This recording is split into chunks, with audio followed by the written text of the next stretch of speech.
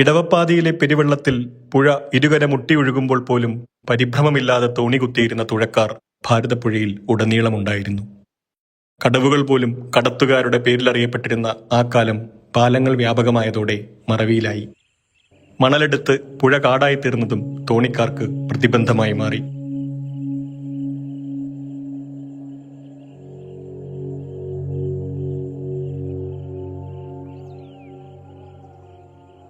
അങ്ങനെയാണ് തോണി ബാവക്ക പാലം ബാവക്കയായി പരിണമിച്ചത്.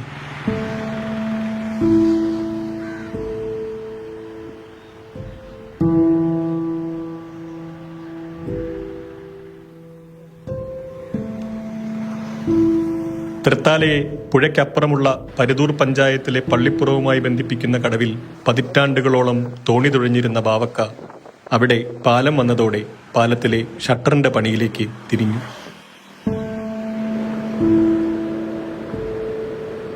എനിക്ക് ഓർമ്മക്കുന്ന കാലഘട്ടത്തിൽ വാപ്പ തോണിക്കാരനാണ്, വല്യപ്പൻ തോണിക്കാരനായിരുന്നു. അപ്പോൾ അങ്ങനെ പാരമ്പര്യമായിട്ട് വരിക. അപ്പോൾ വാപ്പ തോണിയിലായതുകൊണ്ട് എനിക്ക് നടക്കാൻ പറ്റാവുന്ന കാലത്തെപ്പോൾ ഞാൻ തോണിയിലെത്തി. 6ാം ക്ലാസ്സിൽ പഠിക്കുന്ന സമയത്തൊക്കെ ഞാൻ തോണി കുത്തുന്നുണ്ട്. അതെനിക്ക് നല്ല ഓർമ്മ. അബൂബക്കർ എന്നാണ് വല്യപ്പാടെ പേര്. വല്യപ്പേനെ എനിക്ക് ആദ്യമായിട്ട് കഴുക്കോല് കയ്യിൽ തരുന്നതിൻ്റെ വല്യപ്പേൻ, വാപ്പയല്ല. ഞാൻ തൃത്താല ഹൈസ്കൂളിലാണ് 10ാം ക്ലാസ് വരെ പഠിച്ചത്. ആ സമയത്തും അക്കരയൊക്കെ പോകുന്ന സമയത്തൊക്കെ ഞാൻ കഴുക്കോല് കൊടുക്കും. അപ്പോൾ അന്നൊക്കെ ഒരു 100 ജില്ലാ കുട്ടികളൊക്കെ തൃത്താല ഹൈസ്കൂളിലേക്ക് ഇവിടെ പരുതൂർ പഞ്ചായത്തിൻ്റെ പല ഭാഗങ്ങളിൽ നിന്നായിട്ട് ഇങ്ങോട്ട് തോണി നടന്നിട്ടാണ് ഇവിടെ വന്ന് പഠിക്കുന്നത്. 2005 ഇവിടെ പാലത്തിൻ്റെ ആദ്യത്തെ ഉദ്ഘാടനം കഴിയുന്നത്. അതോടുകൂടി കടവ് നിൽക്കുകയാണ്. അതുവരെയും കടവ് തന്നെയാണ്. അന്നൊക്കെ ഇടവ മാസം 15 എന്നൊക്കെ പറഞ്ഞാൽ ആ ദിവസം മഴ പെയ്തിരിക്കും. ഇടവപ്പാതി എന്ന് പറഞ്ഞാൽ അന്ന് മഴ പെയ്തിരിക്കും. അങ്ങനെയാണ്. ഇപ്പോൾ ഇടവം 15 തുടങ്ങി വൃശ്ചികം 15 വരെയാണ് നമ്മൾ വർഷക്കാലത്തെക്കുറിച്ച് പറയുന്നത്. വൃശ്ചികം 15ൻ്റെ അപ്പുറം വേനൽക്കാലത്തെയാണ് നമ്മൾ കണക്കാക്കുന്നത്. പക്ഷേ ഇവിടെ എന്ന് വെച്ചാൽ ചില ഭാഗങ്ങളിൽ ആഴം കൂടിയ സ്ഥലങ്ങളുണ്ട്. അപ്പോൾ അത് കാരണം വൃശ്ചികം കഴിഞ്ഞ് ധനു കഴിഞ്ഞ് മകരമാസം വരെയും ഇവിടെ തോണി ഉണ്ടായിരിക്കും. ഈ മകരച്ചൊവ്വ എന്ന് പറഞ്ഞ ദിവസങ്ങളിൽ ഈ കൊടിക്കുന്ന് ക്ഷേത്രത്തിലേക്ക് ഒരുപാട് ആൾക്കാർ അങ്ങോട്ട് പോകുന്നുണ്ട്, അമ്പലത്തിലേക്ക്. അപ്പോൾ അവരൊക്കെ നമ്മൾ പിന്നെ ഈ പൂതൻ തറ ഇങ്ങനെ കണ്ടുണ്ട്. ഇവിടെ പല തറവാടുകളുണ്ട്. ഈരാറ്റിങ്ങൽ പാക്കനാട് ക്ഷേത്രം, ഇന്നമാതിരി ആലൂര്, കക്കാട്രി, ഇങ്ങനെയുള്ള ചില ഭാഗങ്ങളിൽ നിന്ന് പൂതൻ തറ കെട്ടിയിട്ട് കൊടിക്കുന്ന അമ്പലത്തിലേക്ക് പോകും. അപ്പോൾ അന്നൊക്കെ നമ്മൾ തോണിയുണ്ട്. അപ്പോൾ മകരച്ചൊവ്വയാണ്. അപ്പോൾ മകരത്തിലും അന്ന് തോണിയുണ്ട് എന്നുള്ളതാണ് പറയാൻ ഉദ്ദേശിച്ചത്. മകരം 30-ാം തീയതി തോണിയിട്ട ദിവസങ്ങൾ ഉണ്ടായിട്ടുണ്ട്. മകരം 30 എന്ന് പറഞ്ഞാൽ ഞങ്ങൾ ഓർത്തു വെക്കുന്നത് തൃത്താല നേർച്ച ഉണ്ട്. അപ്പോൾ ഒരു വർഷത്തിൽ ഈ നേർച്ചക്ക് പോകാൻ വേണ്ടിയിട്ട് ഞാൻ മകരം 29-ാം തീയതി തോണി കെട്ടിയിട്ടുണ്ട്. അന്നത്തോടു കൂടി തോണി ക്ലോസ് ചെയ്യാണ്, നിർത്തുകയാണ്. കാരണം 30-ാം തീയതി നേർച്ചക്ക് ഉണ്ടായി അതിന് വേണ്ടി. അപ്പോൾ അതും ഒരു ഓർമ്മയിൽ കിടപ്പുണ്ട്.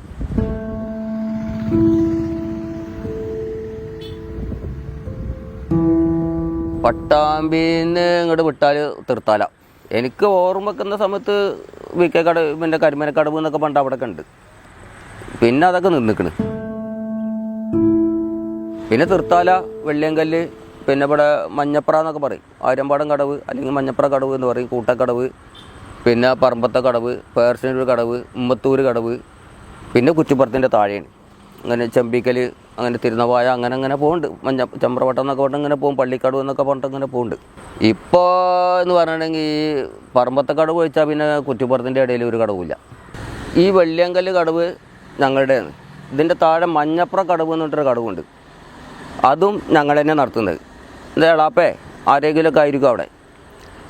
അപ്പോൾ ഇവിടുന്ന് അങ്ങോട്ട് നോക്കിയാൽ ഈ താഴെ ഒരു 4 കിലോമീറ്റർ താഴെ മനമക്കാവ് പറഞ്ഞൊരു ഭാഗമുണ്ട്, കൂട്ടക്കടവ്. ഈ വെള്ളിയങ്കല്ല് ഭാഗത്ത് നിന്ന് നോക്കിയാൽ അതുവരെ നമുക്ക് കാണാൻ കഴിയും. പുഴയിൽ പുല്ല് എന്ന് പറയുന്ന ഒരു സാധനം ഇല്ല. കാരണം ഇവിടുന്ന് നോക്കിയാൽ അവിടെ തോണി അങ്ങോട്ടും ഇങ്ങോട്ടും പോകുന്നത് കാണും. ഈ മഞ്ഞപ്ര കടവ് എന്ന് പറഞ്ഞാൽ 3 കിലോമീറ്റർ താഴെയാണ്. ഇതൊക്കെ നമുക്ക് അങ്ങോട്ടും ഇങ്ങോട്ട് നോക്കിയാൽ കാണും. ഒരാൾ നടന്നു പോകണമെങ്കിൽ നമുക്ക് നോക്കിയാൽ കാണും. പുഴയിൽ പുല്ലില്ല. അങ്ങന്നമാതിരി തൃത്താല എന്ന് പറയണമെങ്കിൽ ഇവിടെ കുമ്മിട്ടിക്കാവ് എന്ന് പറഞ്ഞ സ്ഥലമുണ്ട്, കാഞ്ഞീരം. ഇവിടുന്ന് നോക്കിയാൽ കൊടുമുണ്ട ഭാഗത്ത് ട്രെയിൻ പോകുന്നത് കാണാം. പുല്ലെന്ന് പറഞ്ഞ സാധനമില്ല. മണൽ എന്ന് പറഞ്ഞിട്ടുണ്ടെങ്കിൽ മണൽ തന്നെ, വേറെ ഒന്നുമില്ല. മണൽ എടുത്തതിനൊന്നും ഒരു കണക്കുമില്ല. അപ്പോൾ എത്ര മണൽ പോയെന്ന് നമുക്ക് അത് കണക്കൂട്ടാൻ കഴിയില്ല. അത്രയും മണൽ പോയിട്ടുണ്ട്. ഇപ്പോൾ തമിഴ്നാടടക്കം പണ്ട് കൊണ്ടുപോയി കോരി കുട്ടിയ മണൽ വേണമെങ്കിൽ ഇപ്പോഴും കഴിഞ്ഞിട്ടുണ്ടാവില്ല എന്നൊക്കെ ഉദാഹരണം പറയാം. അത്രയും മണൽ ഇവിടുന്ന് തമിഴ്നാട്ടിലേക്കും മറ്റ് ജില്ലകളിലേക്കൊക്കെ ഇവിടുന്ന് കയറി പോയിട്ടുണ്ട്. ഇവിടെ കൊണ്ടൊക്കെ നോക്കുകയാണെങ്കിൽ പുഴ ഒരുപാട് താന്നിരിക്കാം, ഒരുപാട് താന്നിക്കാം.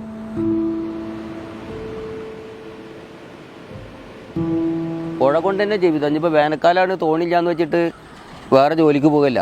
ഈ പുഴയിൽ പച്ചക്കറി ഉണ്ടാക്കും. വെള്ളരി, മത്ത, കുമ്പളം, ചിരങ്ങ, ഇങ്ങനെ പയർ, ഇങ്ങനെ നല്ല നല്ല പച്ചക്കറിയാണ്. അന്ന് പഞ്ചായത്ത് ലേലം ചെയ്യുകയാണ് ഈ സ്ഥലം. ഇതാ നമ്മൾ ഇരിക്കുന്ന ഈ അരുകൂടൊക്കെ പച്ചക്കറി ഉണ്ടാക്കാൻ പറ്റിയ ഏരിയകളുണ്ട്. ഇവിടെ ഈ കാഞ്ഞിരത്തിൻ്റെ അവിടെ കുമ്മിട്ടിക്കാവ് എന്നാണ് പറയാം. ഈ പാക്കനാർ ക്ഷേത്രത്തിൽ പാക്കനാർ കാഞ്ഞിരണ്ടല്ലോ, അവിടെ കുമ്മിട്ടിക്കാവ് എന്നാണ് പറയാം. അപ്പോൾ അവിടെയൊക്കെ ലേലാണ് ആ കാലത്തേ. നമ്മൾ പഞ്ചായത്തിൽ നിന്ന് ലേലം ചെയ്തെടുക്കുകയാണ്. ഇവിടെയൊക്കെ മൊത്തം കൃഷിയാണ്. വേനൽക്കാലമായാലും നെല്ല്, പിന്നെ പച്ചക്കറികൾ, പൂളക്കിഴങ്ങ്.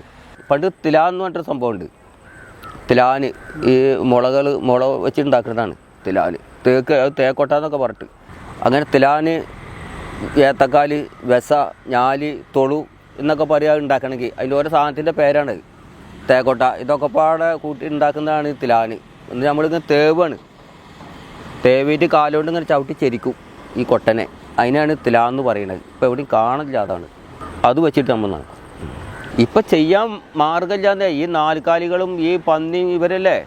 മുള്ളമ്പന്നിയുണ്ട് ഇതിൻ്റെ ഇടയിൽ, പിന്നെ കാട്ടുപന്നിയുടെ കഥ പറയാനില്ലല്ലോ. എന്തുണ്ടാക്കിയാലും കുത്തി മറിച്ച് നശിപ്പിക്കുക. അവർക്ക് സുഖമായിട്ട് താമസിക്കാൻ പറ്റും ഈ പുഴ ഒത്തടുക്ക്. ഒരാളിനും ശല്യമില്ലല്ലോ. രാത്രിയായാൽ അങ്ങോട്ട് കരയിൽ കയറിപ്പോവും. നമ്മുടെ തോട്ടത്തിലേക്ക് അവിടെയൊക്കെ എന്തൊക്കെ ഉണ്ടാക്കിച്ചാൽ ഒക്കെ കുത്തി നശിപ്പിക്കുക. നെല്ലാണെങ്കിൽ അത്. അന്നിപ്പം നമ്മുടെ വീട്ടുകളിലൊന്നും ബാത്റൂം എന്ന് പറഞ്ഞ സംഭവമില്ല. ആ കുന്നിൻ്റെ മുകളിൽ കയറുക, അല്ലെങ്കിൽ ഇങ്ങോട്ട് പുഴയിലേക്ക് ഇറങ്ങുക. ഫുള്ളായിട്ട് എല്ലാ ജനങ്ങളും കുളിക്കുന്നതും മറ്റുള്ള കാര്യങ്ങളൊക്കെ ഈ പുഴയിലാണ്. എവിടെ നോക്കിയാലും കുളിക്കടവുകളുണ്ടാവും. ഈ വേനൽക്കാലത്ത് 2-3 മാസം ഫുള്ള് വെള്ളം വറ്റിപ്പോവും. എവിടെ ഉണ്ടായിക്കോളുന്നില്ല. അപ്പോൾ കുഴി കുത്തും. മണലിൽ കുഴി കുത്തി ആ വെള്ളം മുക്കിയെടുത്ത്, കപ്പ് കൊണ്ട് ഇങ്ങനെ മുക്കിയെടുത്തിട്ട് മേൽഭാഗത്ത് കല്ല് വെച്ച് അലക്കി, അങ്ങനത്തെ ഒരു കാലഘട്ടം ഉണ്ടായിരുന്നു. ഇതാ ഞങ്ങളിങ്ങനെ പാരമ്പര്യ ഇവിടുത്തെ തോണിക്കാരാണ്. വാപ്പാടെ പേര് കുഞ്ഞുമാനിക്ക, ആലി അളാപ്പ. ഞങ്ങളെ കുടുംബം മൊത്തം തോണിക്കാരനെ. മക്കളായിട്ട് അതെ, ഞങ്ങളെ അളാപ്പാര് ഏനുണ്ട്, മാനുണ്ട്. ഞങ്ങളൊക്കെ തോണിക്കാരനെ. വാപ്പിയും വല്യപ്പൊക്കെ തന്ന ധൈര്യമാണ് അന്നൊക്കെ കാട്ടിക്കൂട്ടിയത്. ഇപ്പോൾ വലിയ വെള്ളം ഉണ്ടെങ്കിൽ നമ്മൾ ഇത്രയും ആൾക്കാരെയൊക്കെ കയറ്റിയിട്ട് ഈ കടവിൽ നിന്നും ഒരു 100 മീറ്റർ മുകളിൽ വെള്ളിയങ്കല്ല് എന്ന് പറഞ്ഞൊരു കല്ലുണ്ട്. വെള്ളിയങ്കല്ല് എന്ന് പറഞ്ഞ കല്ലിന് ഒരു 100 മീറ്റർ താഴെയാണ് നമ്മുടെ കടത്തിൻ്റെ ഏരിയ. തോണി വന്ന് ചാരുന്ന ഭാഗം അവിടെയാണ്. അപ്പോൾ നമ്മൾ ഈ വെള്ളിയങ്കല്ല് വരെയും ഈ തോണി ഇങ്ങനെ കൂടെ കുത്തി വരണം. അരു ചാരിയിട്ട്, കര ചാരിയിട്ട് ഒഴിച്ചു വിട്ടാൽ നമുക്ക് പിടിച്ചാൽ കിട്ടില്ല. അവിടെ വന്ന് ഈ വെള്ളിയങ്കല്ലിൻ്റെ അവിടെ വന്നിട്ടുണ്ട് ഞങ്ങൾക്കൊരു വിടൽ ഈ തോണിനെ. ഇത്രയും ആൾക്കാർ, അതോ എത്ര, ഒരു 10-15 സെൻറ്റിമീറ്റർ തോണിയെ കാണുള്ളൂ മുകളിലേക്ക്. ബാക്കിയെല്ലാം താഴോട്ടാ. അങ്ങനെ അങ്ങോട്ട് വന്നിട്ട് ഈ വെള്ളിയങ്കല്ലിൻ്റെ അടുത്തിട്ട് വന്നിട്ട് ഒരു വിടലുണ്ട്. ആ സമയത്ത് എനിക്ക് കഴുക്കോലുകൊണ്ട് ഒരു കുത്തുണ്ട് ഈ വെള്ളിയങ്കല്ലിൻ്റെ മുകളിൽ.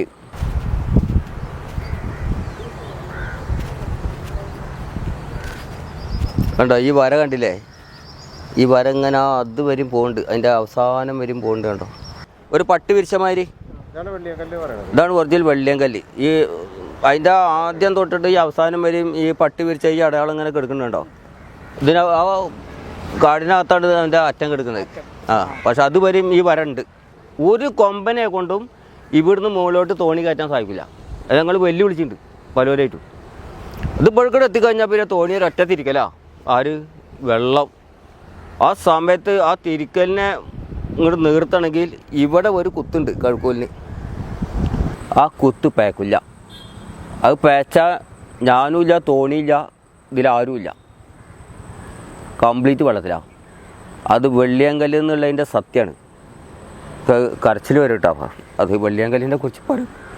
എനിക്ക് നമ്മളങ്ങനെ കണ്ടിട്ട് ഞങ്ങളാരും ചതിച്ചിട്ടില്ല. വെള്ളിയങ്കല്ല് ആ ഒരു കുത്തു പേച്ചിരുന്നെങ്കിൽ ഞങ്ങളാരും ഒന്നും ഇപ്പോൾ ഉണ്ടാവില്ല. ഞാനൊന്നുമല്ല, ഒരു പലരും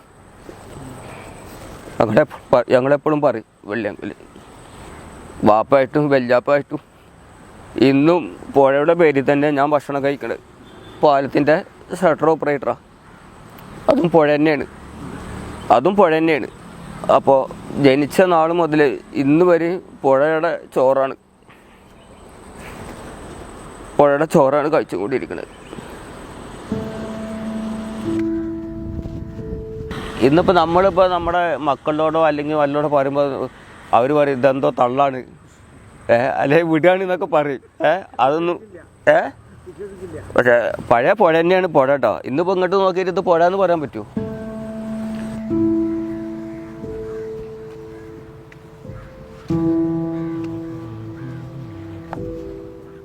ഇതിൻ്റെ അകത്തൊരു ഫോട്ടോ ഉണ്ടായിരുന്നു.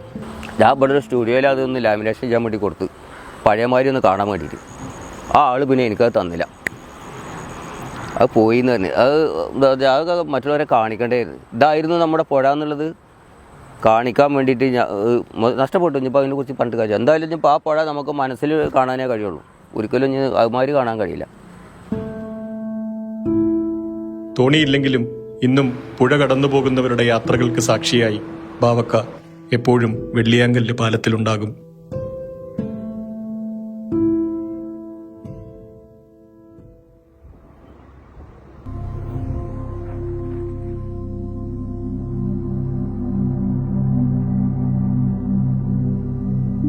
തൃത്താല, പട്ടിത്തറ, പരുതൂർ എന്നിങ്ങനെ പുഴയ്ക്ക് ഇരുകരകളിലുമുള്ള പഞ്ചായത്തുകളിലെ കടവുകളിൽ നിന്നും ലോറികൾ പുഴയിലേക്കിറങ്ങി മണല് കോരിപ്പോയിരുന്ന സ്ഥലമാണ് വെള്ളിയാങ്കല്ലിന് താഴെയുള്ള പ്രദേശങ്ങൾ.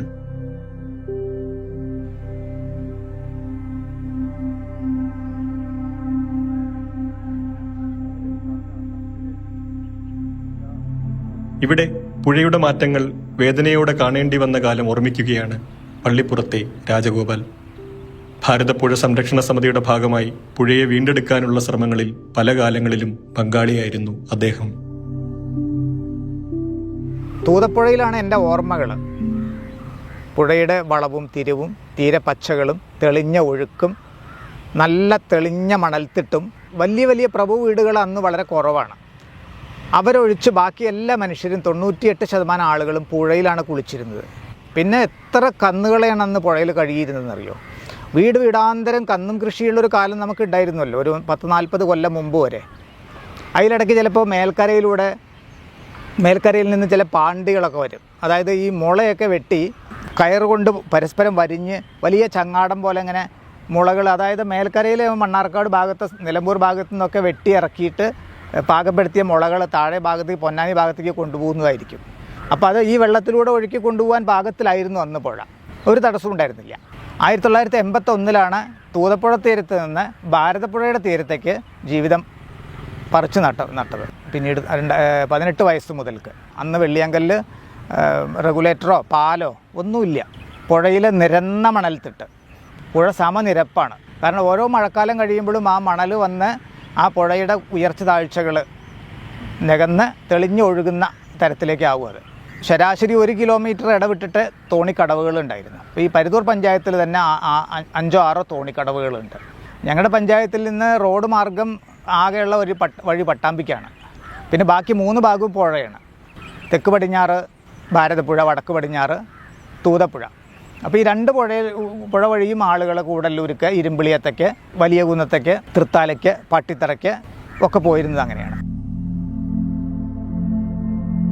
അന്ന് കണ്ട ഒരാൾ ഇപ്പോൾ പുഴ വീണ്ടും വന്ന് കാണുകയാണെങ്കിൽ ഇത് ഭാരതപ്പുഴയാണെന്ന് തന്നെ കരുതില്ല. അത്രമേൽ മാറിപ്പോയിട്ടുണ്ട്.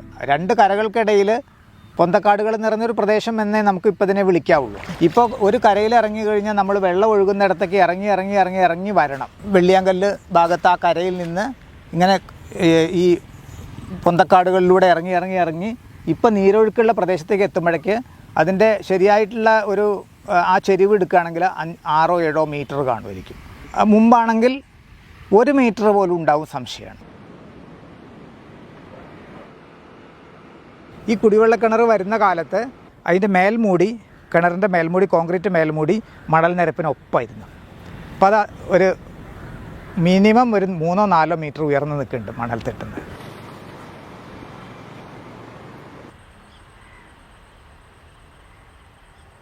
ഭാരതപ്പുഴയിൽ പുല്ല് വളർച്ച ആരംഭിച്ചത് മണലെടുപ്പ് നിയന്ത്രണം വിട്ട് തുടങ്ങിയ കാലം മുതലാണ്. അതുവരെ ഈ പുഴയിൽ ഒരു പുൽനാമ്പ് പോലും ഉണ്ടായിരുന്നില്ല. തീരം തൊട്ട് തീരം വരെ അത്രമേൽ തെളിഞ്ഞ പരന്ന മണൽത്തിട്ടായിരുന്നു ഇവിടെ ഉണ്ടായിരുന്നത്. ചളിയില്ലാത്ത മണലിൽ ഒരിക്കലും പുല്ല് വളരില്ല. വേനൽക്കാലത്ത് ഒരു പുൽവേരിനും ഈ മണൽത്തിട്ടിൽ സർവൈവ് ചെയ്യാൻ പറ്റില്ല. പക്ഷേ ചളിയിലാണെങ്കിൽ പുല്ല് നന്നായിട്ട് വളരും. അങ്ങനെ ഭയങ്കരമായ വേരുകളുള്ള പുല്ലാണതൊക്കെ തന്നെ. പുഴയുടെ സ്വാഭാവികമായ ഉടൽ എന്ന് പറയുന്നത് മണലാണ്. ആ മണൽത്തിട്ട് പോയപ്പോൾ സ്വാഭാവികമായിട്ടും പ്രകൃതിയിൽ അല്ലെങ്കിൽ പ്രകൃതിയിൽ വന്ന ഒരു മാറ്റം തന്നെയായിട്ട് വേണം അതിനെ സ്വാഭാവിക മാറ്റമാണത്. ഇപ്പോൾ പുല്ല് പൂത്തു തുടങ്ങി, പൂത്തായി ഇതിന് വിത്തുകൾ വീഴും. അവിടെ തന്നെ കിടന്ന് മുളച്ച് അടുത്ത വർഷം അതിന് 10 മടങ്ങ് ശക്തിയിൽ വളരുകയാണ്. ഇപ്പോൾ ഈ പുല്ലിനോട് ചേർന്ന് നമ്മൾ കാണുന്ന ഈ ചളി കെട്ടി നിൽക്കുന്ന പ്രദേശങ്ങൾ കാണാൻ പറ്റും. ഇങ്ങനെ ഈ ചളിയാണ് പുല്ലിന് വളമായിട്ട് മാറുന്നത്.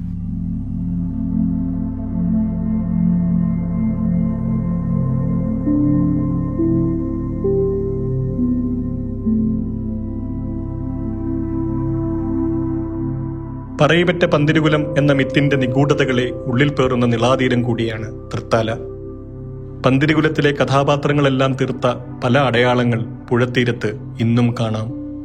ഐതിഹ്യപ്പഴമകളിലെ പുഴക്കഥകളിൽ നിള നിറഞ്ഞൊഴുകുന്നുണ്ടെങ്കിലും അത്തരമൊരു കാഴ്ച ഇന്ന് പാക്കനാർ കാഞ്ഞിരത്തിനടുത്ത് പോലും കാണാനില്ല.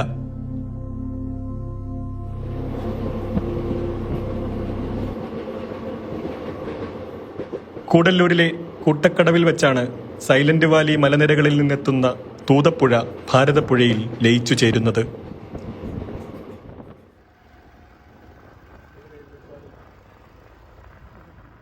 ഇത് കൂട്ടക്കടവ്. ഭാരതപ്പുഴയുടെ 16ഓളം പോഷക നദികളിൽ ഇന്ന് ജീവനും ഓജസ്സും ഏറ്റവും കൂടുതലുള്ള തൂതപ്പുഴ ഭാരതപ്പുഴയിലേക്ക് ചേരുന്നത് കൂട്ടക്കടവിലാണ്.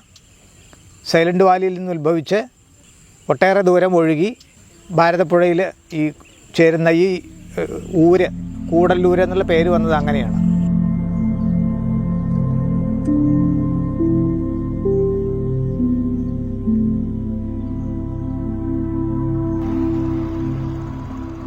കുട്ടക്കടവിന്റെ പെരുമ പേരാറിന്റെ തീരങ്ങൾക്കപ്പുറത്തേക്ക് കൊണ്ടുപോയത് കൂടല്ലൂരിന്റെ കഥാകാരൻ MT വാസുദേവൻ നായരാണ്.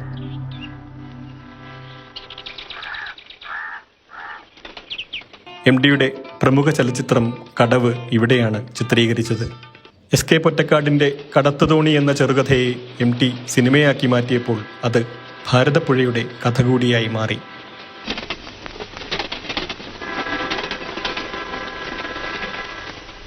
ഓ ബിരാനെ, ഒരു തോണിക്കുള്ള ആളാവട്ടെ. ഓട്ടത്തോണി എപ്പോഴാ ബീരാനെ മുങ്ങാന്ന് അറിയില്ല, സൂക്ഷിച്ചോ. പേടിയുള്ളവര് കയറണ്ട, വെള്ളിയാങ്കടവ് പാലം കടന്ന ബസ്സുണ്ടല്ലോ. അക്കരെ നിന്നുള്ള കൂക്കിവിളികൾക്ക് കാതോർത്തിരുന്ന സിനിമയിലെ കടത്തുവള്ളക്കാരൻ ബീരാനിക്കയുടെ തോണിപ്പുരയുണ്ടായിരുന്ന സ്ഥലത്ത് ഇന്ന് വലിയൊരു മണൽക്കുഴിയാണ്. കൂട്ടക്കടവ് വല്ലാതെ മാറിപ്പോയിരിക്കുന്നു. നിർമ്മാണത്തിലിരിക്കുന്ന റെഗുലേറ്ററിന്റെ പണി പൂർത്തിയാകുന്നതോടെ തിരിച്ചറിയാൻ കഴിയാത്ത വിധം കൂട്ടക്കടവിന് രൂപമാറ്റം വന്നേക്കാം.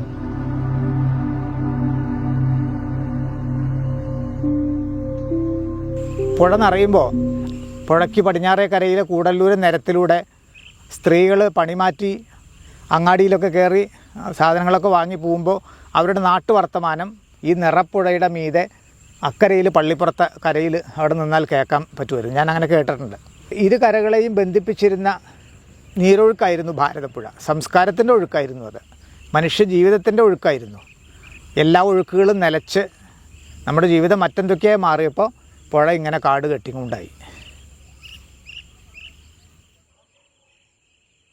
കൂടല്ലൂരിലെ മണൽക്കടത്തിന്റെ ഭീകരത നേരിൽ പകർത്തിയ ഒരു ദൃശ്യാവിഷ്കാരമാണ് MA റഹ്മാൻ സംവിധാനം ചെയ്ത കുമരനെല്ലൂരിലെ കുളങ്ങളെന്ന ഡോക്യുമെന്ററി. നിളാനദി എനിക്കൊരു റഫറൻസ് പുസ്തകമാണെന്ന് പറഞ്ഞ MT ആയിരുന്നു അതിലെ പ്രധാന കഥാപാത്രം. കൂടല്ലൂരിൽ ഭാരതപ്പുഴയുടെ തീരത്ത് MT നിർമ്മിച്ച വീടിന് മുന്നിൽ മണൽ ലോറികൾ പുഴയിലേക്കിറങ്ങാൻ ക്യൂ നിന്നിരുന്ന കാഴ്ച ഈ ഡോക്യുമെന്ററിയിൽ കാണാം.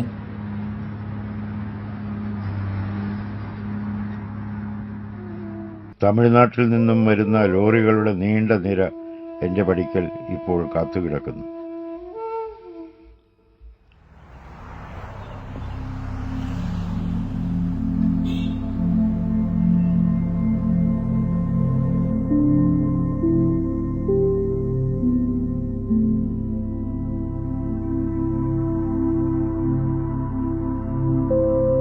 നദിയുടെ മാർത്തട്ടിലൂടെ മണൽ ലോറികൾ കയറിയിറങ്ങുന്ന ദൃശ്യങ്ങൾ ഏറെക്കാലത്തെ പരിശ്രമത്തിലൂടെയാണ് MA റഹ്മാൻ അന്ന് പകർത്തിയത്.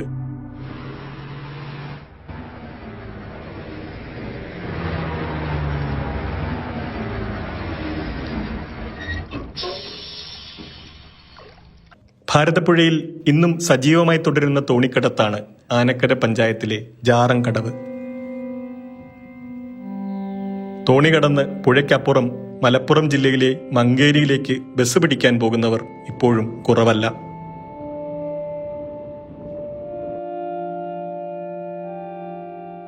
അതുകൊണ്ടാണ് പഞ്ചായത്ത് കടത്ത് നിർത്തിയിട്ടും താലൂക്കിൽ നിന്നും പ്രത്യേക അനുമതി വാങ്ങി കുന്നുമ്മൽ മജീദ് എന്ന പഴയ തോണിക്കാരൻ വീണ്ടും വള്ളമിറക്കാൻ മുന്നിട്ടിറങ്ങിയതും. മജീദ് ഉപ്പയായിരുന്നു ഇവിടെ പഴയ കടത്തുകാരൻ. പഞ്ചായത്ത് അന്വേഷണമാവില്ല. ആദ്യം പഞ്ചായത്ത് അന്വേഷണമായിട്ട് മലപ്പുറം ജില്ലയിലാണ് മലപ്പുറം രാജ്യങ്ങളൊക്കെ ഉണ്ടാവുന്നത്. ഇപ്പോൾ ഇത് ബന്ധമില്ല, പഞ്ചായത്തിൽ ഇത് ബന്ധമില്ല. ഇപ്പോൾ ഈ മുഴ വച്ചാൽ പഞ്ചായത്തിൻ്റെ അല്ല, ഇപ്പോൾ ദേവിയൊക്കെ ഈ മുഴ.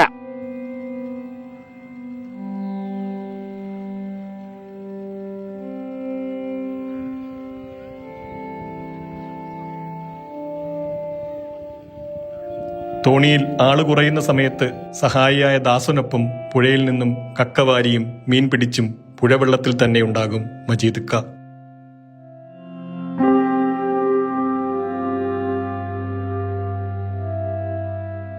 നമ്മൾ ഒരു മാസമൊക്കെ ജനലുള്ളൂ, മനസ്സിലായോ?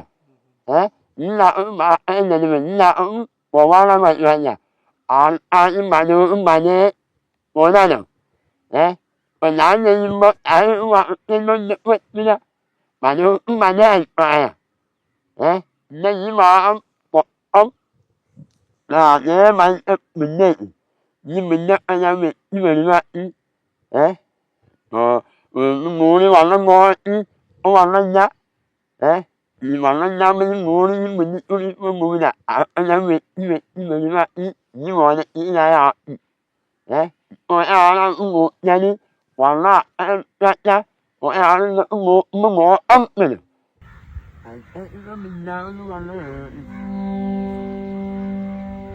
കൂട്ടക്കടവിൽ റെഗുലേറ്റർ വരുന്നതോടെ താഴെ പുഴ പറ്റി അവസാന കടത്തുകാരനും കര പറ്റേണ്ടി വരുമല്ലോ എന്ന ആശങ്ക മജീദ്ക്കയെ വല്ലാതെ അലട്ടുന്നുണ്ടായിരുന്നു.